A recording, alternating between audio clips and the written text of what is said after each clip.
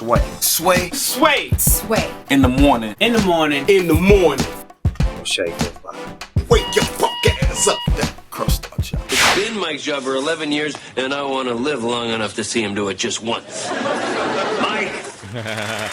Man, that had to be one of my favorite sitcoms. That's in my top 20 list, Growing Pains, and one of the reasons why I was excited to have our next guest on the show. For that reason, he's done a lot of work that kind of help and shape mold our minds when we used to sit down and watch The Facts of Life or Different Strokes or Growing Pains. Absolutely. Or, all these different great family-based sitcoms that kind of gave us escapism. As I grew up in Oakland, California, so a lot of times we would watch these programs and it just kind of relaxed us and just kind of gave us a view of another world that existed there. Yeah, in Oakland, you'd want to escape once in a while. Well, every now and then you got to relax your brain, man, right? Yeah. Yeah. And well, good. I'm glad we could have that influence. Oh, absolutely, man. I couldn't wait to have you on the show. The one and only Alan Thicke is here. Yeah. I've had your son on maybe 15 times, and every time he's come on the show, I ask him, "Hey, man, how's your dad?" Yeah. Go? That's You know. He does an impression of me. He does my voice. So next time he's around, make sure he does that. Make sure he does it, right? He looks just like you, too. Y'all don't age. What are you doing, man? What's going on, man? You drinking? I bathe in pickle juice every night. That's the secret. That's the secret. Formaldehyde cologne. Formaldehyde cologne. That's pretty good, man. Now, you have this new series. It's a season 2, Usually Thicke. Yep. Season 2 is premiering Wednesday on ET.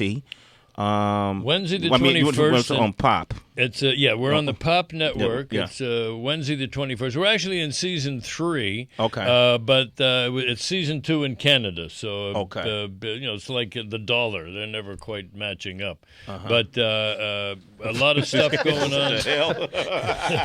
Caught that late. A lot of exciting things this year. You know, we're like a sitcom reality. We're the Seavers many years later, only with real people. And this year we're stepping out of our comfort zone a little bit. It's less about just the family and more about our involvement in some social issues, ripped from the headlines, but always played for laughs and fun. You know, we're dealing with social media haters and bullies and same-sex dating, and I do the first cannabis commercials, pot spots this year. We have an accidental porn shoot that takes place next door.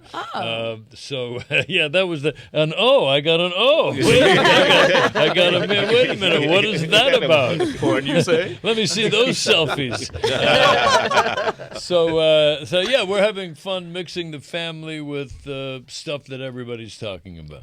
That's kind of racy, man. I wasn't expecting that, man. That's a little bit out there compared to where we've been. Yeah, man. I don't know if y'all would. No, this is like growing strains. Growing strains. I get that. Yeah. Are you an advocate of the cannabis community? I am, and I have to be because my eldest son, Brennan, is very active politically and owns a couple of medical dispensaries in California. He's largely responsible for getting a lot of signatures on the things that become initiatives that people vote on. So, I guess he's as qualified to be president now as anybody. Yeah, man, absolutely. With that work, putting it and more fun. Yeah, and then you get to sample the product, you know, and it works out. He's the plug. Yeah. See how silent it got there for a second? 'Cause actually, I had the family on Family Feud a couple of weeks ago. Yeah. And one of the questions is, what do you never want your kids to see you doing? As Steve Harvey says. And I said, smoking weed.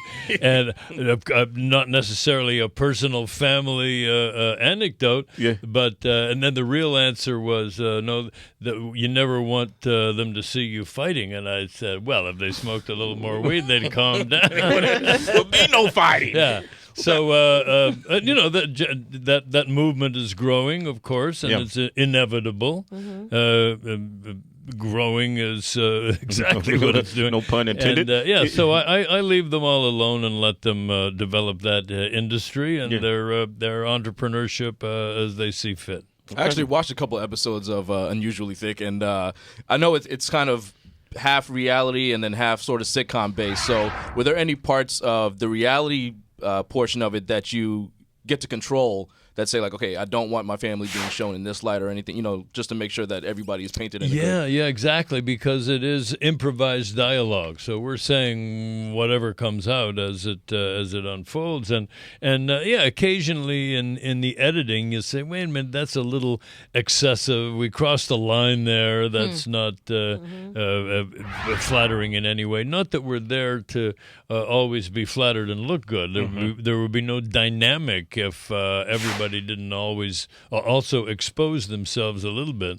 But we don't like it to go too far. When they came to us about doing a show like this, we didn't want to do the show where the people are pulling each other's hair and throwing wine at each other, and because other shows are already doing that. They got that down. Great. That's covered. Patent. And so we wanted to take a bit of a different tack.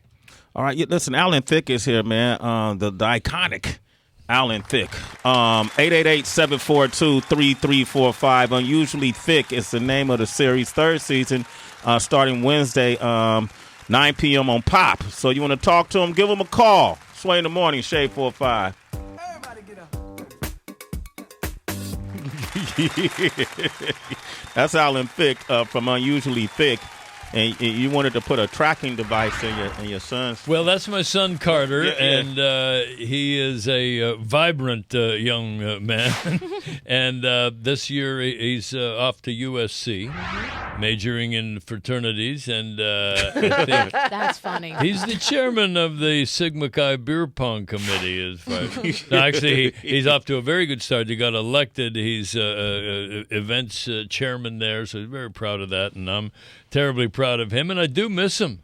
And one of the great things about season 3 of Unusually Thick was that I got to work with him and do something with him every day after school in his last year at home. So that was a special, cool, right? Special experience. And Robin pops in for a couple of cameos in the series, and he and Carter are very close. So it was I think I'm going to cry. You about to tear up? So you got one son that owns a weed dispensary, marijuana dispensary. The other son in college. You got a rock star son in Robin, who we love. He's been here a bunch of times. Yeah.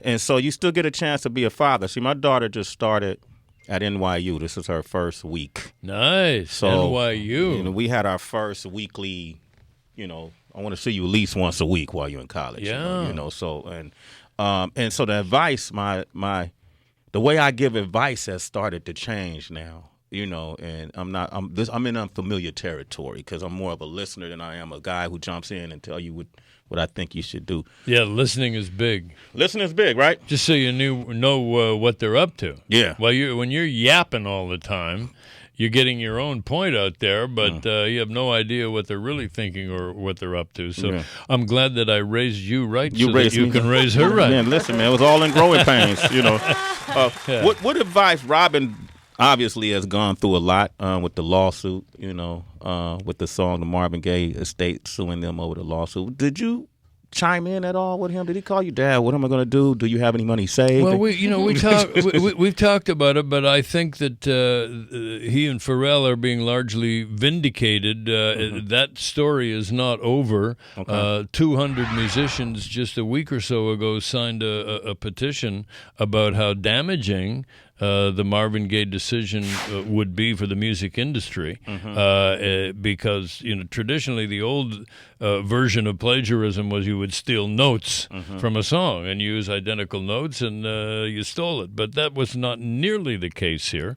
It's as if the ruling was about copywriting or owning a sound. That means that in that scenario, if you write a song about your truck running over your dog, Johnny Cash's uncle gets a royalty. You can't you can't own an entire genre of music. So that's still being played out, and they're in the appeals process. But I think a lot of people in the industry have agreed that it's a dangerous precedent. It just does not encourage the evolution of music.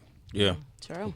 Except for Marvin Gaye's estate. They're doing great. They're doing great. Okay. Yeah. No, and Robin is a total fan, disciple, as so many R&B artists are of Marvin Gaye. I mean, it couldn't be more reverence in their feeling about him. But this was an unfortunate turn of events.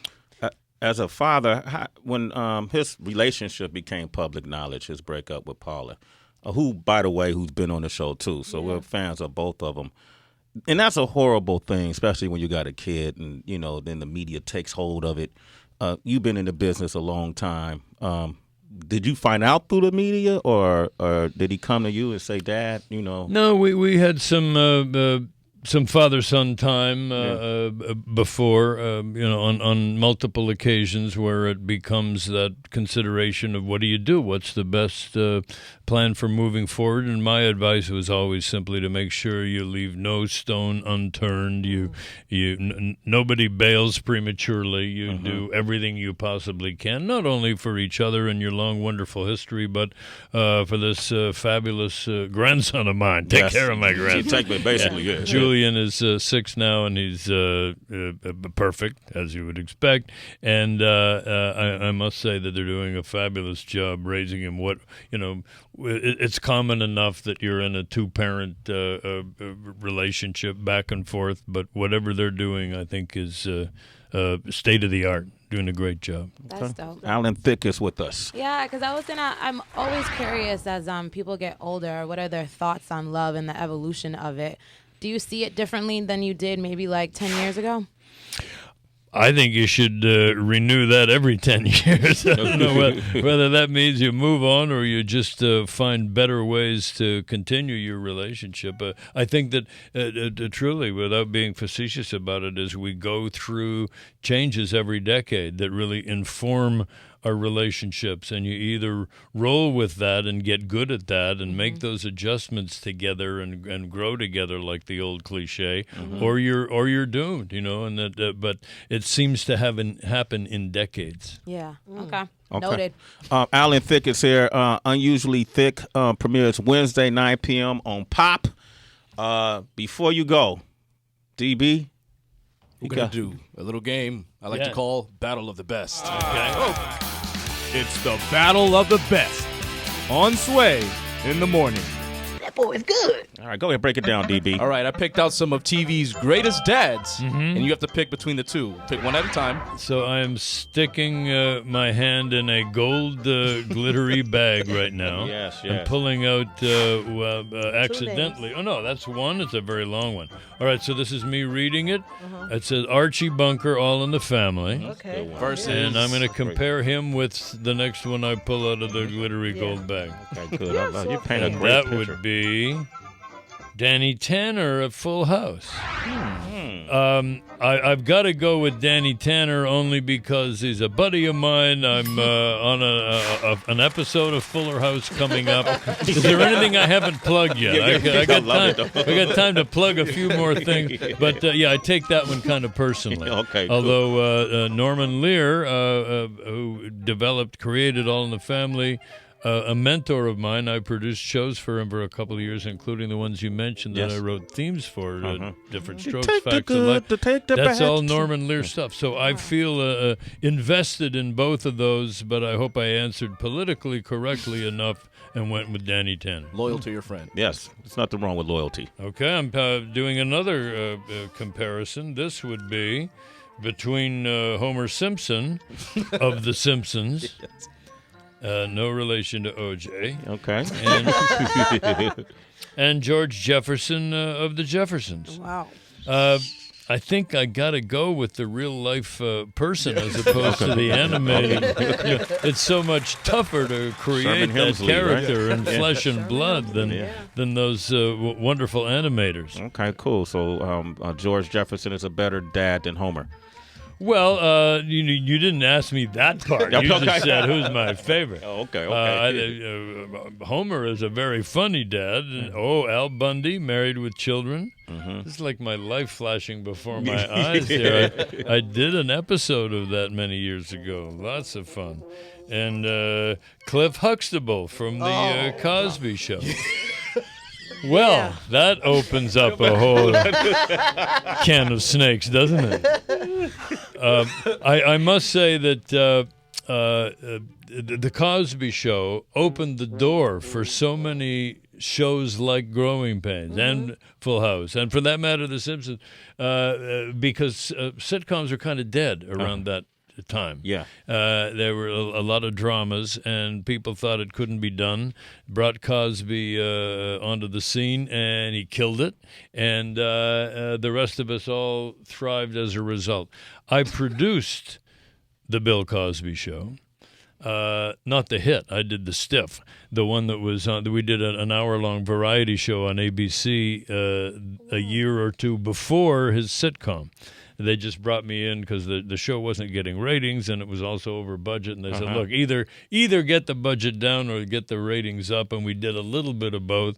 And so I did have a personal hands-on experience with Bill in those years, and it's been a sad story. More recently for everybody all around. Yeah, you hate to see that evolution in our society of people we're so familiar with. Yeah.